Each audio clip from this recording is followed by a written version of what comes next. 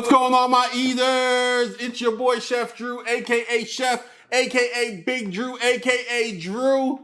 Y'all, we are back with you. It's been a minute. I am so sorry.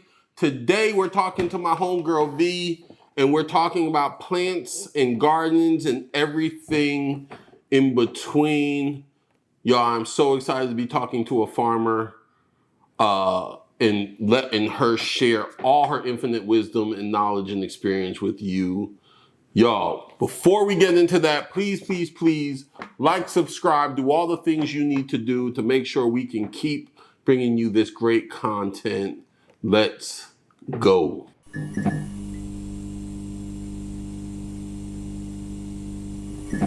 So, yeah, I want you to know this ain't just some lady just growing some stuff. You know what I'm saying? Too smart. Like, talk your ish a little bit. Run your resume. Let them know. Yeah, let them know about where you coming from, how you got here, all of this. So you know what I'm saying? They know we ain't playing no games. Yeah, okay. So, hi, my name is V. Officially, it's great to meet you. I'm a Georgia native. I am a degreed horticulturalist that owns a plant shop, Nocturnal Oasis, that does plant consulting and things like that. So, here we are doing this. Okay, say that part slower. The interior. You're a horticulturalist. I am a horticulturalist that owns a plant shop. What's the name of your Nocturnal Oasis? Yeah. You know, sometimes y'all we be talking fast. That camera make us talk fast, yeah, but I want to make sure she throw her shot. You know what I'm saying? But I do talk fast, natural. Yep. I do have to moderation, right? We here together. We here together. So I do everything from teaching you interior-scapes, gardening, indoor, your outdoor, your indoor gardening, and the interior-scapes that goes along with it. I also am a employee of Cinema Greens as a greenhouse manager of that said 9,000 square foot greenhouse. There's actually what I was looking for a better word. I was like, tropical paradise is really is what it is. The greenhouse, it is located in Fayetteville at the actual Trillis Studios on the lot. And we do everything from rentals to events, weddings, anything that you could think of where you'd want a lush tropical paradise done. We come in and make it a fabulous event. And then the newest edition of a plant breeding program for the UGA system. Oh, dope. Breeding squash for... At their agricultural center? Okay. Y'all, listen, y'all. I just got to say, I'm going to help her talk to her ish a little bit. Okay? Horticulturalist.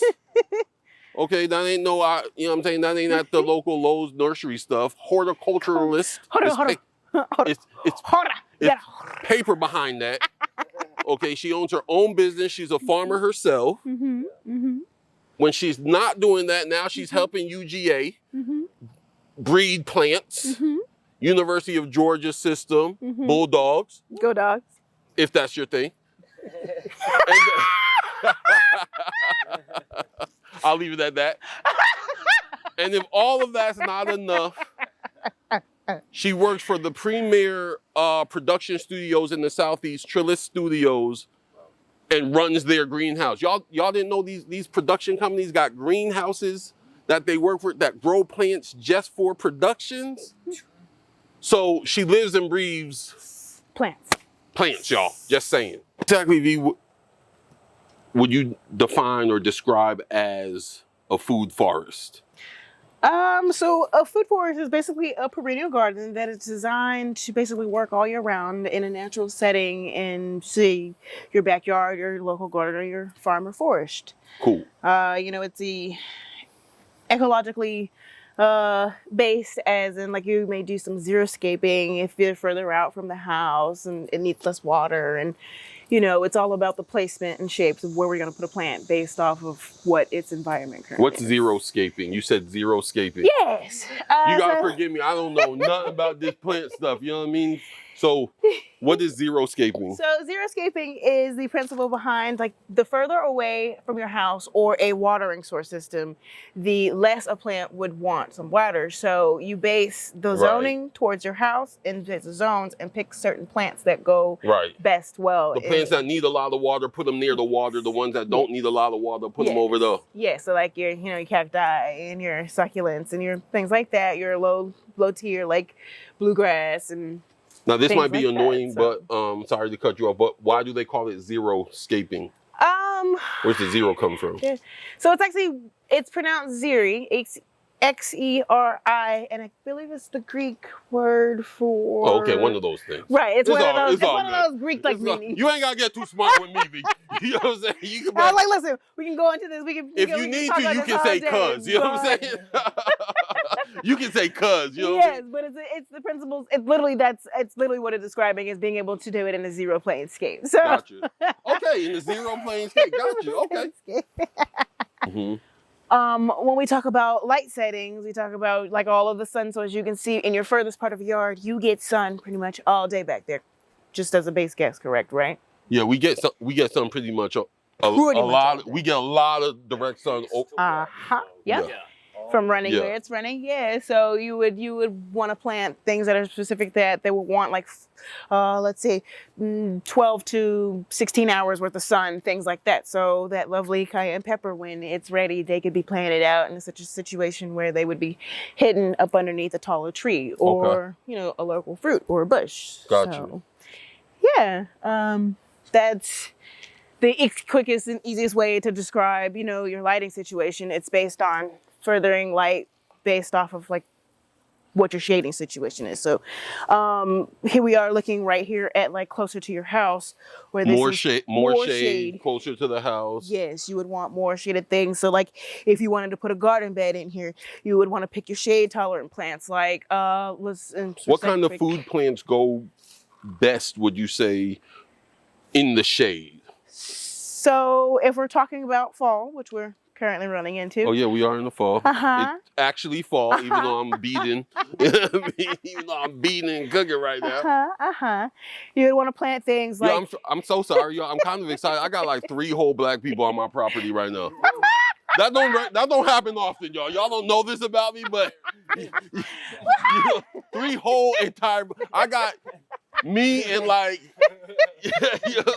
That don't happen often around here for me. So I'm kind of like, I'm looking at my son the other day. I'm like, we went around my family and I'm like, I gotta get you. He was like acting a little weird. You know what I'm saying? And I'm like, yeah, I gotta figure this out because this is your family. Right. We don't see them every day. You are half black, but you full black. But anyway, sorry. I just noticed that. And you're just like, yes, the excitement. I'm like, the joy and excitement about it. Yes.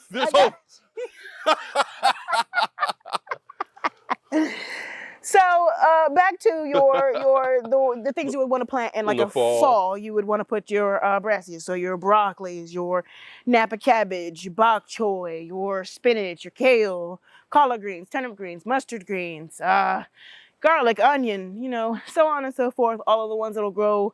Basically, if you put them in the dirt now, they'll tide you over to like the end of January, early February. Okay. Are any of those ones you would want to avoid putting together? Like specifically off the top of your head, like, or is it all good pretty much when it comes to that family? So when we're talking about like the principles of companion planting, which is that's what you call companion planting, which is pairing plants that repel things with each other. Like if you wanted to say do your cabbage, your kale, your turnips, mustards, and collard greens, those all can be thrown together, but then you can also throw in like a marigold, a chive, an onion. They would provide like the pest protection or the herbicide, the natural way to defend against, the cabbage worms from the onions. They don't like the bugs that come, they don't like the onions and the garlics, and the marigolds are just a super packed companion plant just in general, like as it deters pretty much everything. So have you heard of companion planting before? Sure. Okay. Yeah. I had never heard about companion planting before, but there is a way to plant things in such a manner. What V is saying is to each one reach one, help each other out, protect from pests, help the others thrive, all that kind of stuff. Companion planting. Okay. Okay. Yeah. So we have shade. So the big ones are, I think, what can be planted in the shade, what can be planted in the light, right? So one thing that I've noticed, I grew up back and forth between New Jersey and Florida. Yes. New Jersey, they call it Quiet. the Garden State. You know, we had rich black soil my whole life. Florida, South Florida specifically, is very tropical weather, Very like beachy, very sandy on the beach. lots of stuff grows in South Florida. But then I moved to Georgia, And it got this lovely thing we call Georgia clay. where big old trees fall over because you think about it. You know what I'm saying? There's no root systems. You got this clay, and you got to look for the black soil. Can you speak about just that, being successful planting where there's little to no rich soil, building soil, or even planting things, food things that do well with shallower root systems. Root type systems. Yeah. So that comes into play when you're talking about doing like your raised bed garden situations. If you don't want to dig into the red clay, you don't have to. You just, you would layer the bottom of it with, paper cardboard, loose papers, leaves, your compost, worm castings, just regular potting soil, dirt, and you would amend it to grow, say, if you wanted to grow a specialty type pepper in such a situation, you would then amend it based off of the preferences that it would like. So, in sentence, because I bought you a pepper, you would want something that would be with like a high nitrogen to help produce with the greening of the leaves and really making those nice and strong. And then you would want something that would have a really high potassium to help with the flowering situation, so you can get really nice, robust peppers. Got you. So, y'all, she's smart. I know I'm gonna have to watch this back. You know what I'm saying? You're like, what? That's kind of companion planting too, then, in a sense too, right? Yes, it's really the second part or the third part of like in a whole total care system when you're talking about a plant. The roots in the soil being like where the base of the actual plant starts out of. If you start it out in like a really strong amended type soil, then you give all the boost that it basically needs in order to grow strong and thrive for you. So, yeah, cool. It's part 2 of the 3-point system. Joe, let's move over here on the other side, out of this cook zone. Cook zone. Right, partial shade. And so then, and then we didn't move full into like a partial shade system, which. What constitutes partial? So a partial shade would be something like, so a full shade is 16 to 24 hours of like total darkness. Whereas a partial shade is anywhere between the 4 to 7 like hour time span, where like half of your day, a quarter of your day is in partial shade. So partial shade is how many hours, you would say? I mean, full shade is how many hours? Full shade is 12 to 16 more. Partial shade, yes. Of shade. Partial shade is 4 to like 8-ish hours of a full set of sun. Okay. And then no shade. I mean, you're in the shade is beyond that. Got you. Right. Cool. So more than 16 hours. Cool. So when we move over to the partial shade, John, you think this is probably the yeah, because all of your tree line here provides. So this area here. You could take your fall crops and let them have a little bit more sun to be a little bit more robust with a partial shade. Or again, succulents, cacti, and the rest of your sort of fruit trees that would provide like a shaded sun experience, such as like kiwi and persimmons, and the softer fleshy fruits would provide a little bit more of your partial shadings. Okay, so this just came to mind as you were talking. Is there any kind of, because I don't know about you, you're super smart, I can tell. So this may have not applied to you, but when I was in school, they had these little yellow books called Cliff Notes. Yes. And you would have the real book. And then you had what I would look for is the Cliff Notes. Version of the Cliff Notes. So is there some kind of Cliff Notes or like, how does the regular average day person, if they have no clue or no experience, is there any kind of cheat sheet they can think about or to know what goes? They go to the store, they want to buy some plants, or they go to a nursery, they want to buy some plants and plant some food or plant anything.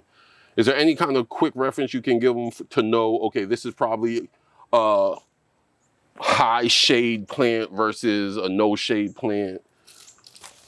So yeah, you can find most of this information on like Amazon or Pinterest or Googling it, or if you're in the actual store, on the little backs of the little seed packets, they tell you the information that tells you how far along, how the spacing, the shading, the row, what year it grows best, and then a few other little tidbits of things. But your number one information thing would be the seed packet, because like I said, that's your Cliff Notes. Right. That's your Cliff Notes answers. But again, there's several gardeners out here that have listed, several fall crops that grow in zone A or, 10B or, the things like that. Mm-hmm. So, yeah, just cool. come on. So if me and my homeboy are like, yeah, let me ask you this before I get to that. When I mentioned to you food forest, yes, because we were talking about a bunch of stuff. When I mentioned to you food forest, you visibly got excited. What was it that excited you about that specifically? Because we were talking about plants and farming and stuff already. Was there something that specifically gets you fired up about? Yeah, being able to, help clients go out and like wake up in the morning with their cup of coffee, walk out and be like, oh, I can pick, this fruit coming off of this, or this pepper off of that plant, or go out and harvest, your garden salsa tradition, the herbs like that. So being able to pride myself in knowing that people really are like getting back to the old days and wanting their own bit of self-sufficiency is just a little bit of just a little tiny happy nugget. Right. Awesome. So we're sitting here and we're like, yo, we should do this food forest, me and my homeboy. Is there something, whether it's for us or somebody else who wants to consider this? Maybe they're like me and they ain't never heard of it before. They didn't even know it was an option. They think they live on the cul-de-sac and this is my life. We're going to pay this HOA and buy our vegetables at the supermarket. I said that, y'all, because I live on the cul-de-sac. I don't pay a HOA, though. Right. I don't pay HOA, though. But would you say, how do we plan it? Do we plan it or do we just go buy and plant how we want? Do you feel like there should be some kind of rhythm or flow to it? For sure, there's absolutely like a rhythm to it. Well, I mean, if we start off first thing being when you come into planting a garden, and especially if you live in like an HOA type zone, you need to go and find out your regulations, your state laws. But if there is no HOA, and you don't have can any just of those things, then plant freely. Then plant freely. Then you would like I said, go to your resources online. Finding out, like I told you, the different zones, like zone 8, 7B, zone 1, 2. We currently are zone 8A. So you would want to look up a list that would then provide you all of the type vegetables that can grow during the year here, and then start from there. And then getting out, looking at your yard, looking at, how the sun rolls in, and then kind of paying attention to how long the sun is there. Yep. How often you get your water from your rainforest, and grow zones like or plant zones. Google your grow zone, your don't they call it your hardiness zone? Zone. Yep. See, I know a little bit, y'all. Messing with these farmers, y'all. These farmers, I know a couple of them. But yeah, so make sure you know your grow zone. If you're interested in growing some food or growing anything, know what can grow and when and where you are, and you literally can just ask chat GPT or everything. Yeah. Cool. Any of your questions? Now let me ask you this, because I think we're covering it pretty quick. John Boy, you got any questions or anything come up for you? Not yet. We'll keep going. Okay. So so now it's easy to be excited, right? Like, let's grow some food. We can have a food forest and live off of our own land. But y'all, listen, I grew up gardening and planting and all of that. And then I moved to Georgia, and I've tried my hand now 2 or 3 times at growing and planting, and it's different here. So, at least for me, it's different. But it ain't different for everybody because I know a lot of farmers and y'all all are thriving, but when I try, it ain't been working.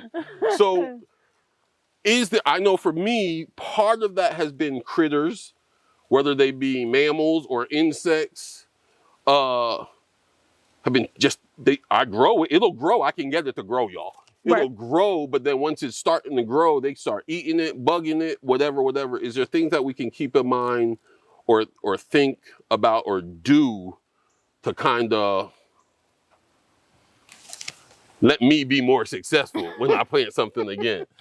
Yes. I mean, you can cage most of your vegetables in. You can, install a fence that keeps most of the large predators like your deer and your raccoons and things like those out.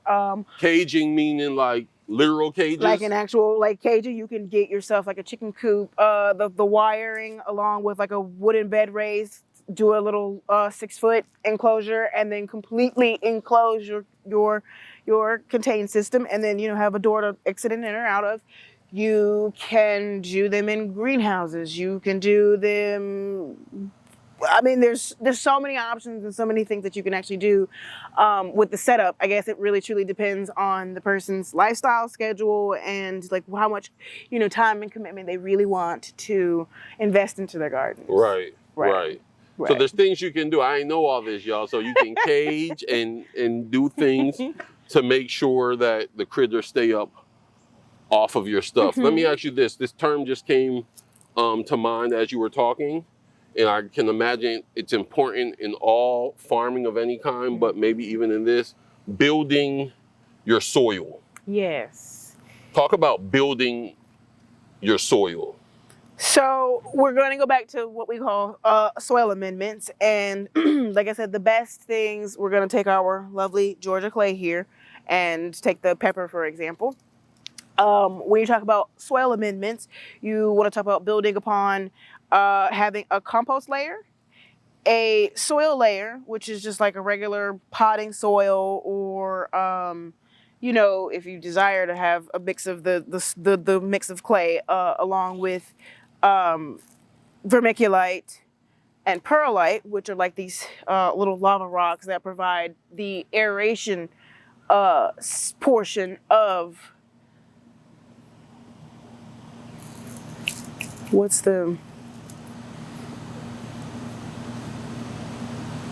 of the best way to describe the whole full amendment system, in a three-part system.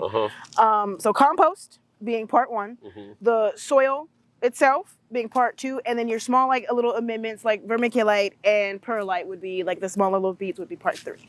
So you put that in that, you water, you fertilize when it's spring and summer. You would do a starting fertilizer every 2 weeks, fish fertilizer, and then switch into a granular, which can provide you anywhere from 2 months to 6 months worth of just potential growth. Okay, John, let me see that. So if we're thinking about like a plant, you brought me this plant. This is a purple cayenne pepper, y'all. The leaves and the peppers are purple. I ain't never seen that. My homeboy said it, and I ain't never seen that. So thank you. I'm super excited about this. Plus, I love peppers too, y'all. So in any case, but when you look at if you think of this as the soil for a plant, should there be an approximate makeup? Absolutely. Within the pot, or if you had to visualize it like in the ground. Absolutely. What should that look like? So to say this is a 7-gallon pot, for instance, at the base layer you would want like your regular potting soil, your rocks, your paper shreddings, your compost, your first layer of compost. Then about 2/3 way of that being compost, being rabbit poo, horse manure, fertilizer, y'all. Fertilizer, your grass clippings, anything that would do a great well to provide the compost nutrition layer.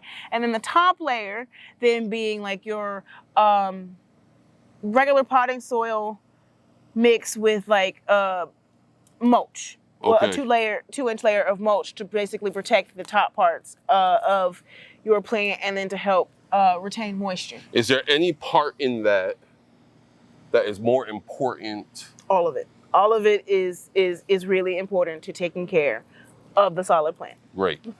So now, All of it. when we first, I don't know if it was when we first met or if it was when the last time we were together, but you had mentioned something about, which I thought was pretty smart, when thinking about planting stuff is, think about where that plant is naturally. Yes. And what does it need? Yes. Yes. And that's a good starting point. Reimagine its growing environment and where it's most happiest. I told you about being the fiddle leaf fig in particular, being that it's a plant that you find in Africa, and then you find it really like along the coastlines and the beach. So you would want to recreate a environment that has both high humidity, so a humidifier or a rock pebble little station, somewhere to having water nearby. Got you. A little bit of salt in the water every so once in a while to give it that sea salt type nutrient. And then light. I mean, the obvious things, but yes, in order to recreate the actual environment that it thrives in, that's how you get a plant to successfully thrive. So. All right. Yeah. All right. So, cliff notes again. The soil is important, so make sure you pay a lot of attention on that, 1. 2, use Google, use ChatGPT, use farmer friends who have some experience to help you. And then also, to start all of that, if you're thinking about growing something or planting something, just think about, or even do research on, where is this plant from, or where does it grow naturally, and think about that environment and know that you're trying to recreate that in a pot or in the soil, sometimes both or what have you. Right? Yep. I think I think that pretty much covered like everything we talked about food forest wise, and your shading along the house and how that affects what plants are grown and where. And then we talked about the soil amendments and how to take care of the actual root system for your plant. And then we talked about a few various set of plants. So yeah, I think we covered the basis of food forestry introduction and food forest introduction. So Joe, spin around and get a shot real quick of the yard. So what this is for, y'all are good. You're like, oh, Y'all are good. So what this is for is, I just want my viewers, my eaters, to realize and understand the reason I'm talking about this specifically, aside from the fact that I got interest in it, a little bit selfish, I got interest in it. The other part is I wanted y'all to see I am in my backyard with my friends filming this, with the Horticulturalist. And I want you to know that you can, in your backyard, we're gonna talk some more, but wherever your yard is, if you wanna grow food, it's an option. And the way things are, I'm not gonna get all into the politics, but y'all, everybody should know how to grow some food and feed themselves. There's politics behind it, and it's just good for your health. But in any case, I'm in my backyard. You can be in your yard, your apartment, your balcony, wherever it is. We're gonna talk more about that. And you can grow food too if you have the inclination at all. All right. Whoop.